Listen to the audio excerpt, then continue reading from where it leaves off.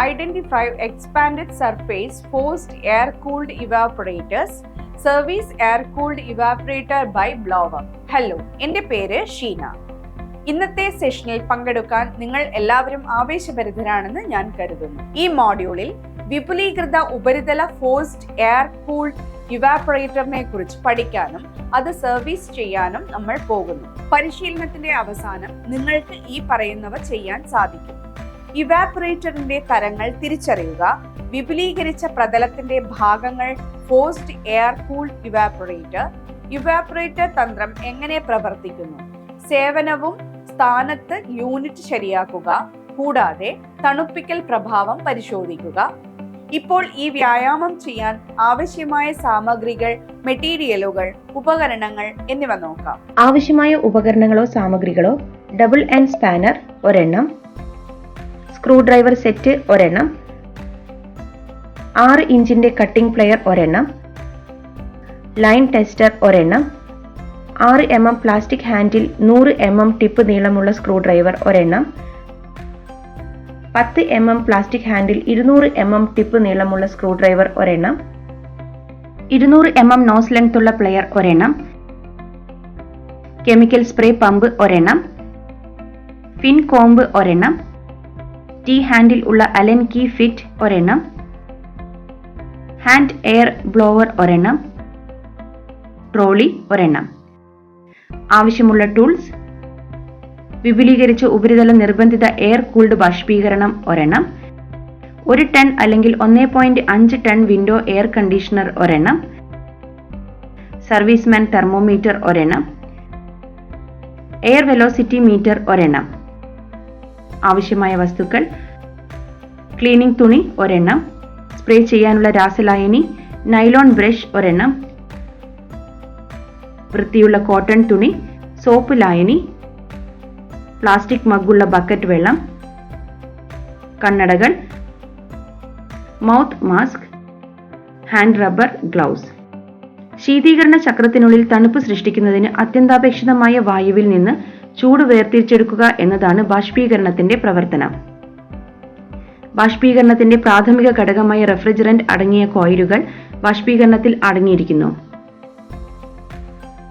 ശീതീകരണത്തിലൂടെ തണുപ്പിക്കേണ്ട സ്ഥലങ്ങളിൽ നിന്നോ ചുറ്റുമുള്ള മാധ്യമത്തിൽ നിന്നോ ചൂട് ആഗിരണം ചെയ്യുക എന്നതാണ് ബാഷ്പീകരണത്തിന്റെ പ്രവർത്തനം.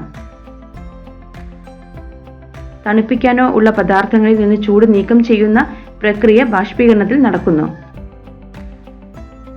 വായു, വെള്ളം മുതലായ ദ്രാവകത്തിൽ നിന്ന് താപം നീക്കം ചെയ്യുന്നതിനായി ദ്രാവക റെഫ്രിജറന്റ് ബാഷ്പീകരണത്തിനുള്ളിൽ കോയിൽ അല്ലെങ്കിൽ ഷെൽ ബാഷ്പീകരിക്കപ്പെടുന്നു. കൂളിംഗ് ആവശ്യകതകളുടെ വൈവിധ്യമാർന്ന സ്വഭാവത്തിന് അനുസൃതമായി വ്യത്യസ്ത ആകൃതികളിലും തരങ്ങളിലും ഡിസൈനുകളിലുമാണ് ബാഷ്പീകരണികൾ നിർമ്മിക്കുന്നത്.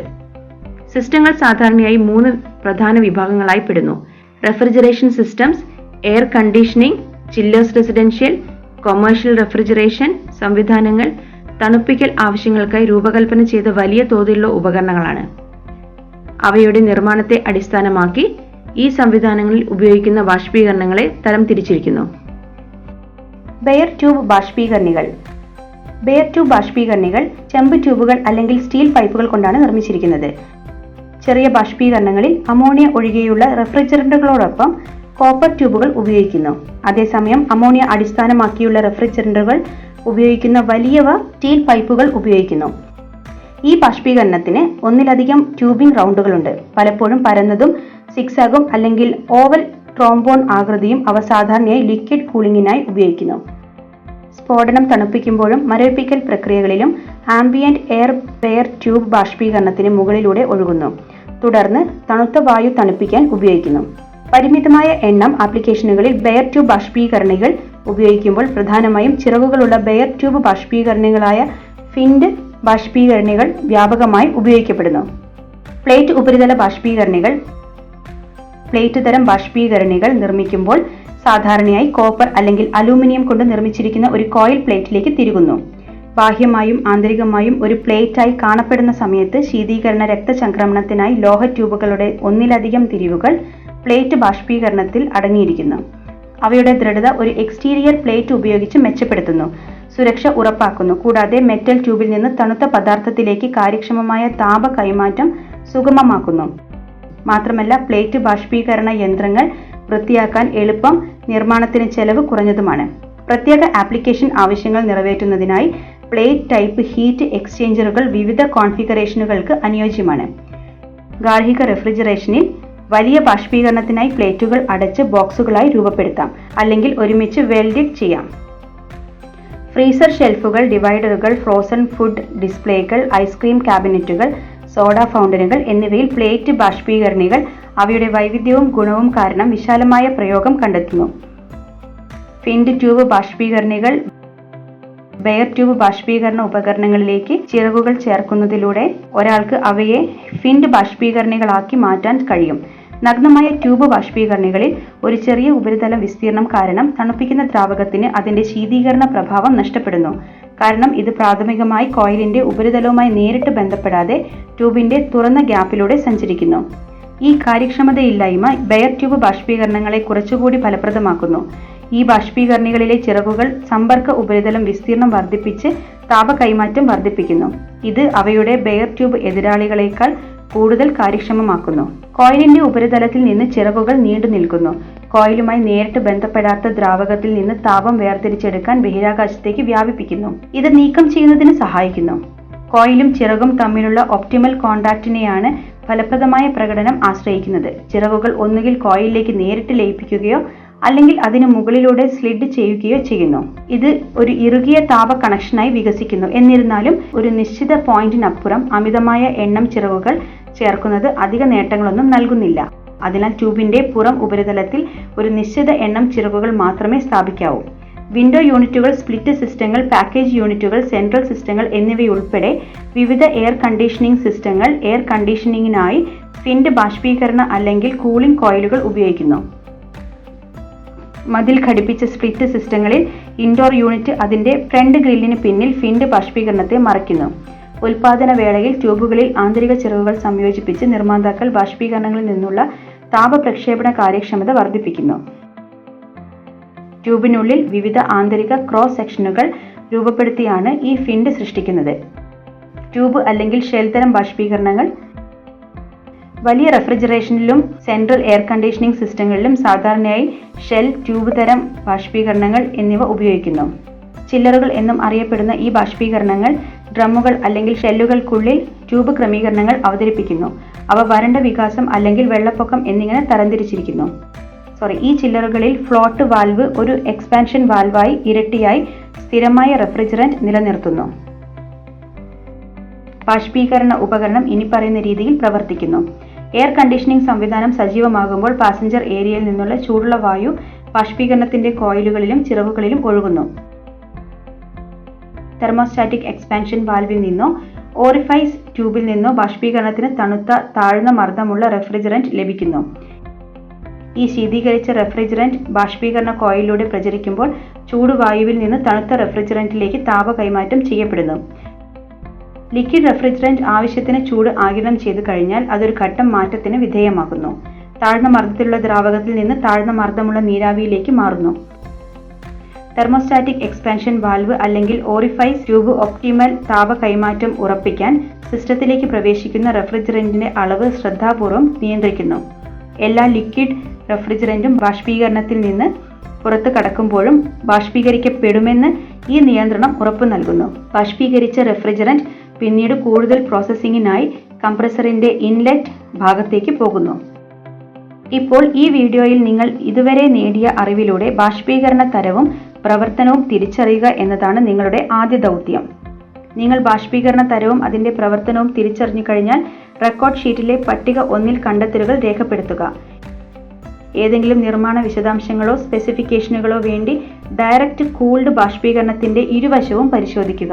അവ റെക്കോർഡ് ഷീറ്റിലെ പട്ടിക 1-ൽ രേഖപ്പെടുത്തുക. ഷെൽ ടൈപ്പ് ബാഷ്പീകരണത്തിനായി ചിത്രം 1 കാണുക. ഇപ്പോൾ എയർ കൂൾഡ് ബാഷ്പീകരണ ഉപകരണം ബ്ലോവർ ഉപയോഗിച്ച് എങ്ങനെ സർവീസ് ചെയ്യാമെന്ന് നമുക്ക് പഠിക്കാം. ടാസ്ക് 1: കവർ ഊരിമാറ്റി ബാഷ്പീകരണം വൃത്തിയാക്കുക. ചിത്രം 1, 2, 3 എന്നിവയിൽ കാണിച്ചിരിക്കുന്നത് പോലെ കവർ നീക്കം ചെയ്ത് ബാഷ്പീകരണം വൃത്തിയാക്കുക. ഇലക്ട്രിക്കൽ ജംഗ്ഷൻ ബോക്സ് ഒരു പ്ലാസ്റ്റിക് ഷീറ്റ് കൊണ്ട് പൊതിഞ്ഞിട്ടുണ്ടെന്ന് ഉറപ്പുവരുത്തി ബാഷ്പീകരണ ഭവനത്തിന്റെ വശങ്ങളും മുകൾ ഭാഗവും അഴിക്കുക.